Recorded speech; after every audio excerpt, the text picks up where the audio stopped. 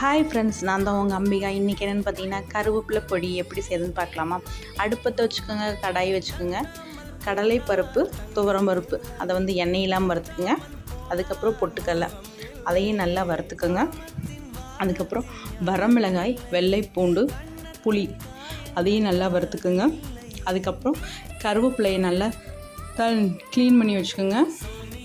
அதுக்கப்புறம் அதை வந்து கடாயில் போட்டு தண்ணி இல்லாமல் நல்லா வறுத்துக்கோங்க. இல்லைன்னா வந்து நல்லா கருவேப்பிலை வந்து 3 நாள் வந்து நிழல்லே காய வச்சுக்கோங்க. அதுக்கப்புறம் போட்டு வறுத்துக்குங்க.